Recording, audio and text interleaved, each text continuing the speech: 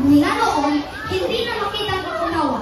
Pero may panahon na tumutubo muli ang mga pakpak ng pag-unawa at nakita sa langit. Tuwing nawawala ang buwan, sinasabi na nabalik ng pag-unawa upang kinain ang buwan. Kaya kailangan mag-ingay na mag-ingay!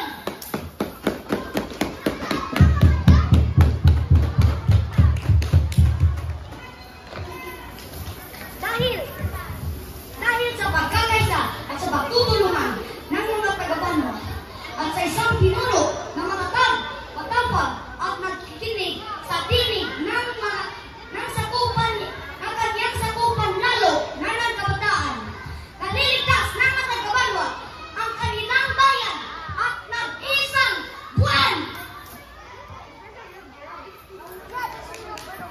Palakpakan lang!